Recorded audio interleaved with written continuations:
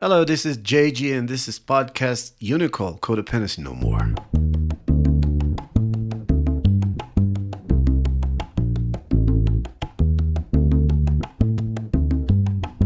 Yes. This is the podcast Unicall Codependency No More. This is your university, and today's podcast is about moms. But what kind of mother? Narcissistic mother. The title of the podcast is Recognizing the Signs of a Narcissistic Mother and How to Protect Your Mental Health. I may apologize because I'm a little bit under the weather today. My voice is not okay, but I'll do it anyway because this is what a man is supposed to do. Yeah, you got to do what you got to do, and here we go. But before I start, it's really important for you to subscribe to the channel, thumbs up the video, and also turn the little bell to get the notifications.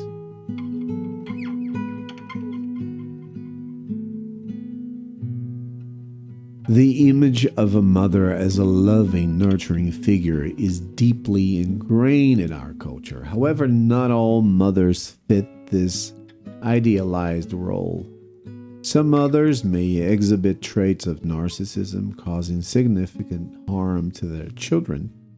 Understanding the behaviors of a narcissistic mother is quite essential for those who have experienced this dynamic and are seeking to heal. When people ask, what is narcissism? A lot of people have a misunderstood idea. Narcissism is often misunderstood. It's not just about vanity or self-obsession. Instead, it's a complex psychological structure that forms the foundation of our identity. Of course, what we're talking about here is the narcissistic personality disorder. That has nothing to do with Sigmund Freud said in the very beginning of his studies about narcissism. In healthy development, narcissism helps us build our sense of self. However, when the mother is stuck in this primary stage of narcissism, she may believe that the world should revolve around her, much like how a baby expects the world to meet all its needs. Sometimes people ask me, what are the signs of a narcissistic mother? I usually invite this person for a cup of coffee because this is a conversation that can take hours and hours, especially if this person is really interested in getting to know what a narcissistic mother is like. But I'm going to give you some topics here, numbers.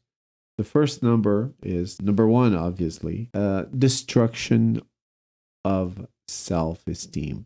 What do you mean? A narcissistic mother excels at undermining her child's self-esteem. Achievements are only acknowledged if she can take credit, and any success outside her control is often ignored or belittled. This behavior can manifest in various ways, such as minimizing accomplishments, comparing the child unfavorably to others, or constantly criticizing their efforts.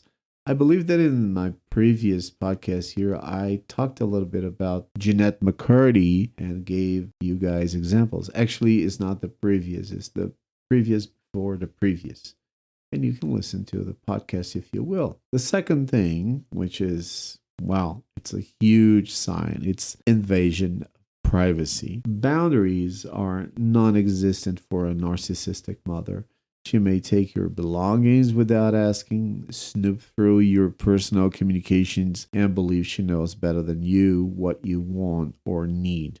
This invasion of privacy is a form of control, keeping you dependent and under her influence. But I gotta tell you something really important. If this happens in your adulthood, I mean, you're above 18 especially, this is a very big flag. This is a big red flag. But if you're a teenager, this is part of the upbringing. Of course, not going through, going through the backpack or stuff like that, but asking questions and asking the teenager to show things is quite a normal thing for a mother who has teenagers. Be careful there because sometimes teenagers tend to accuse and portray their mothers as narcissists, that's a big problem because there's an age for that, And if you have your independency, if you're above 18 especially, this is a bad sign. Number 3, emotional manipulation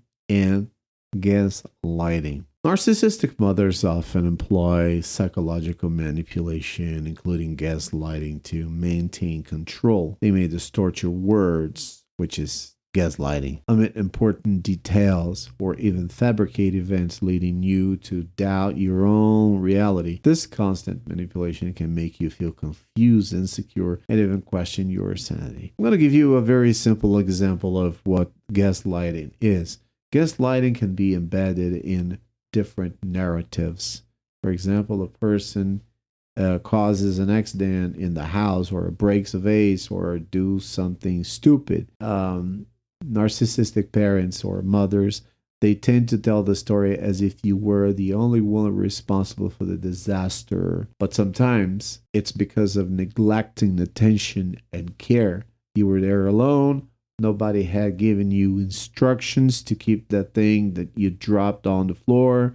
So you were exposed to the dangers, but nobody took care of you. And when you break the vase or when you drop something important, when you break the TV or stuff like that, anything like that, you are going to be for the rest of your life, you're going to be the crazy child, the uncontrollable child. The wild horse of the family. So be careful because this is gaslighting. Number 4, feeding on negative emotions. Wow, this is terrible because a narcissistic mother thrives on emotions like jealousy, envy, selfishness, and she might sabotage your happiness, criticize your choices, and inject negativity into your successes. And this behavior stems from her need to remain in the center of attention, even if it means tearing you down in the process. I've got to be the center of attention. So it's quite common that for example, in your wedding ceremony, it's possible that your mom is going to pass out by the time that you're going into the church because everybody's going to look at your mom and try to help her. Or maybe at the party, she will probably say to everybody that she's not feeling okay. And a bunch of people will surround her and say, "Are you okay? Do you need any medication? Do you want us to call 911? And the party is yours." But she is like Monica Geller a couple of years ago, and friends said, "You stole my thunder." I think it was not Monica Geller. It was Rachel who said that. Number 5, frequent lying and distortion of reality. Lying is a common strategy used by narcissistic mothers to create conflict and keep control over their children, whether by spreading false information about you or others, or twisting the truth to suit her narrative. These lies are designed to keep you off balance and unsure of your own perception. Now it comes the worst part because you didn't ask God or you didn't ask the universe to have this mother. You were born from this mother, and there is no way out sometimes to have zero contact. And how do I cope with a narcissistic mother? Number 1, build empathy and compassion for yourself. Okay, I'm going to repeat that because sometimes when we think in terms of, okay, am I going to be empathic? I'm already empathic and this is going to be a disaster. She's going to abuse me. No, it's for yourself. It might sound counterintuitive, but developing empathy and compassion for your narcissistic mother is the key. This does not mean accepting her harmful behavior, but rather understanding that her narcissism is a reflection of her own issues, not your worth. So by accepting that you cannot change her, you can focus on protecting yourself and healing. Number 2, strengthen your self-confidence. Reinforcing your self-esteem is essential when dealing with a narcissistic mother. Recognize that her negative comments and actions are a product of her problematic personality, not a reflection of who you are. Believe it or not, it has nothing to do with you. So by shifting your perception of her behavior, you become more resilient and less affected by her attempts to undermine you. Believe me, sometimes a dog barking is just a dog barking. Number 3, seek support from others.